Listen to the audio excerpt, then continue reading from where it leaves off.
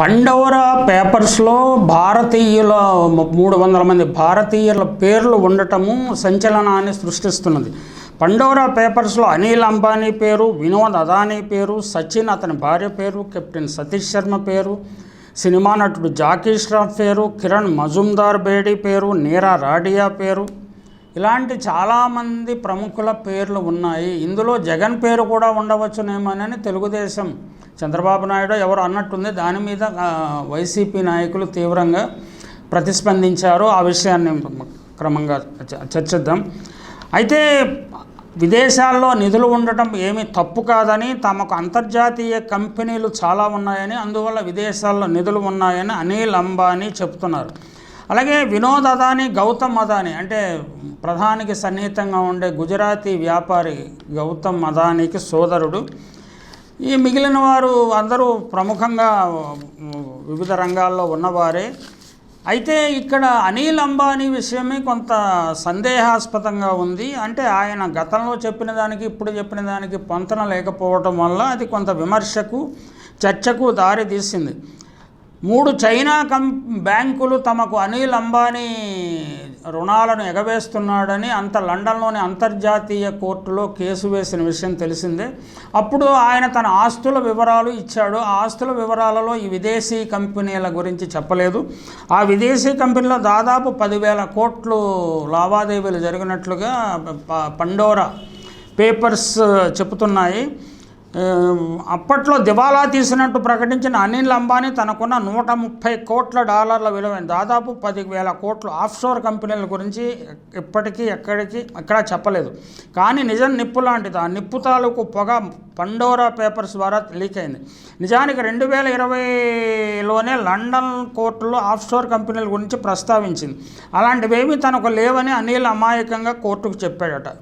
ఈ క్రమంలోనే 2020 మేలో అనిల్ అంబానీ ఆ 3 చైనా బ్యాంకులకు $716 మిలియన్ సొమ్ము చెల్లించాల్సిందేనని తీర్పునిచ్చింది. ఇప్పుడు పండోరా పేపర్స్ ద్వారా లీక్ అయిన సమాచారం మేరకు అనిల్ అంబానీకి అలాంటి 18 కంపెనీలు బ్రిటిష్ వర్జిన్ ఐలాండ్స్, జెర్సీ, సైప్రస్లో ఉన్నట్లు తెలుస్తున్నదని కథనాలు వస్తున్నాయి. 18 కంపెనీల్లో 8 జెర్సీలో ఉండగా 7 కంపెనీలు బ్రిటిష్ వర్జిన్ ఐలాండ్స్, 3 సైప్రస్లో ఉన్నాయి. వీటన్నిటి లావాదేవీల విలువ 9,945 కోట్లు. పలు బ్యాంకుల నుంచి అప్పుల రూపంలో భారీ మొత్తాలు తీసుకుని వీటిపై అనిల్ అంబానీని ప్రశ్నించగా, చట్ట ప్రకారం భారత అధికారులకు కావాల్సిన సమాచారం అంతా తాను అందజేశానని చెప్తున్నారు. క్రమంగా మరి ప్రభుత్వం విచారణ జరుపుతున్నది కాబట్టి సత్యాలు బయటపడవచ్చు. ఇందులో కొంత పన్నుల రూపంలో చెల్లించిన తరువాత విదేశాల్లో దాచుకున్నది అంటే సక్రమమైన సొమ్ము కావచ్చు. ఖచ్చితంగా ఇందులో కొందరివైనా అక్రమ ఖాతాలు ఉండే అవకాశం ఉన్నది. కొంత దొంగ డబ్బు కావచ్చు, కొంత నిజాయితీతో కూడుకున్న డబ్బు. సందట్లో సడేమియా అని జగన్ పేరును కూడా తెలుగుదేశం వారు ప్రస్తావించడాన్ని పట్ల వైసీపీ వారు చాలా తీవ్రమైన ఆగ్రహాన్ని వ్యక్తం చేస్తున్నారు. ఆ ఆగ్రహంలో తెలుగుదేశం నాయకుల బండారాలన్నీ బయటకు తీస్తున్నారు. విజయవాడలో ఈ మధ్యన డ్రగ్స్ లింక్, గుజరాత్ రేవులో దొరికిన డ్రగ్స్కి రిజిస్ట్రేషన్ కంపెనీ విజయవాడలో ఉండటం వల్ల అది ముఖ్యమంత్రి కార్యాలయానికి అతి సమీపంలో ఉంటే జగన్ రెడ్డి ఏం చేస్తున్నాడు అంటే చంద్రబాబు ప్రశ్నించాడు. ఇప్పుడు ఈ విషయంలో కూడా అలాగే ఆ పార్టీ ప్రతినిధి ఒకరు ఇంకా తీవ్రమైన ఆరోపణలు, తీవ్రమైన డ్రగ్స్ మాఫియా కింగ్ జగన్ అన్నట్టుగా రాసేశారు. ఇటువంటి ఆరోపణలు ఎంత విశృంఖలంగా చేస్తున్నారంటే ఖచ్చితంగా వైసీపీ వాళ్ళు ప్రతిస్పందించక తప్పని పరిస్థితి. అదే వాట్సాప్లో వచ్చిన సమాచారం చెప్తున్నాను. పండోరా పత్రాల్లో జగన్ పేరు ఉండవచ్చునేమోనని అబద్ధాల నాయుడు చెప్తున్నాడు. ఎక్కడా జగన్ పేరు లేకపోయినా ఎలా చెబుతావు బాబు అంటూ వారు ప్రశ్నిస్తున్నారు. హైదరాబాదులో ఎవరో 10,000 కోట్లు ముందస్తు పన్ను చెల్లించారని పేపర్లలో కథనాలు వచ్చిన వెంటనే ఆయన ఎవరో కాదు జగనే అని ముఖ్యమంత్రి స్థాయిలో చంద్రబాబు ప్రెస్ మీట్ పెట్టి చెప్పాడు. వాస్తవము, అది ఒట్టి బోగస్ సమాచారం అన్న విషయం తెలిసింది. చంద్రబాబు ముందు వెనుక చూడకుండా మాట్లాడతాడు. తీరా ఇన్కమ్ ట్యాక్స్ అధికారులు పత్రికల్లో వచ్చిన ప్రచారం ఆధారంగా విచారణ చేపడితే ఆయన దగ్గర కనీసం 10,000 కూడా లేవని తేలింది. ఇలా ఉంటాయి మన తెలుగుదేశం వారి ప్రచారాలు, చంద్రబాబు ప్రచారాలు.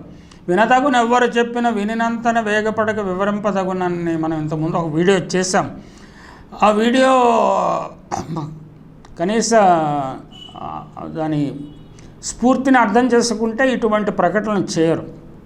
ఖచ్చితంగా విదేశాల్లో ఖాతాలు ఉంటే ఈ 11 సంవత్సరాలు 10 సంవత్సరాలుగా జగన్ గురించి సిబిఐ, ఈడీ ఇవన్నీ చూస్తూనే ఇప్పటికే కొంత సమాచారం రాబట్టాలి.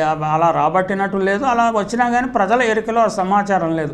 పండోరా దీంట్లో కూడా ఏ పత్రికలోనూ రాని సమాచారాన్ని ఊరికే ప్రజల్లో ఏదో ఒక సంచలనం సృష్టించాలి, వెకిలి వ్యాఖ్యానాలు చేయడానికి అవకాశం కల్పిస్తూ మీరు పలసనైపోతున్నారన్న విషయం చంద్రబాబు గుర్తించట్లేదు. ఉంటే గింటే బ్యాంకులో 6,000 కోట్లు ఎగ్గొట్టిన నీ బినామీ సుజనా చౌదరి, పోలవరం పేరుతో బ్యాంకులకు 9,000 కోట్లు టోపీ పెట్టిన రాయపాటి చౌదరి పేర్లు ఉంటాయేమో చూసుకోమని తెలుగుదేశాన్ని వైసీపీ వారు సవాలు చేస్తున్నారు. ఏపీలో అక్రమంగా సంపాదించి సింగపూర్లో హోటల్ నిర్మించాడు చంద్రబాబు అని గార్డియన్ పత్రిక ఆధారాలతో కథనం రాసిందంటూ, నాకు కూడా ఇది తెలియదు. ఈ సింగపూర్లో హోటల్ ఉందని ప్రచారం ఉంది కానీ గార్డియన్ పత్రిక రాసిందన్న విషయం తెలియదు. ఇది కొత్త సమాచారం.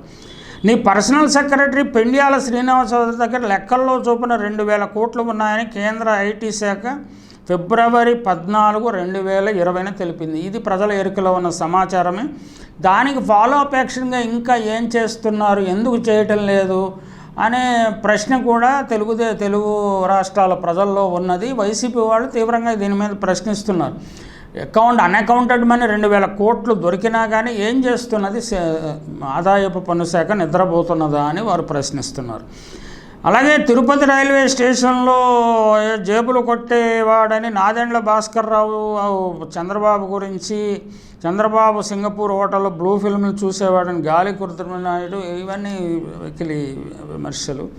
దాని గురించి పెద్ద పట్టించుకోక్కర్లేదు. రాష్ట్రంలో అక్రమంగా సంపాదించిన సొమ్ములను సక్రమంగా చేసుకోవడానికి ప్రత్యేక విమానాల్లో చంద్రబాబు విదేశాలకు వెళ్ళేవాడని కూడా వైసీపీ నాయకులు ఆరోపిస్తున్నారు. ఏదైనా మనకి అంటే మన ఆంధ్రప్రదేశ్లో ఏ చర్చ అయినా కానీ ఆరోగ్యకరంగా జరగకుండా చాలా ఒకరి మీద ఒకరు బురద చల్లుకునే ప్రయత్నాలు జరుగుతాయి. ఏది ఏమైనా కొంచెం ఆలోచించి మాట్లాడుకోవడం మంచిదేమో. చంద్రబాబు గారు, తెలుగుదేశం వారు డ్రగ్స్ దొరికినా ఆయన ఏదో మన ఇందిరాగాంధీ గారు ఇండియాలో ఏం సంఘటన జరిగినా దాని వెనుక సిఐఏ పాత్ర ఉన్నదన్నట్లు వ్యాఖ్యానించేవాళ్ళు. అది ఏ స్థాయిలోకి వెళ్ళిందంటే ఆమె మీద చాలా జోకులు కూడా పుట్టుకొచ్చాయి. చంద్రబాబు నాయుడు మీద కూడా అలాంటి జోకులు పుట్టుకొచ్చే పరిస్థితి ఏర్పడకుండా జాగ్రత్త వహించడం మంచిది.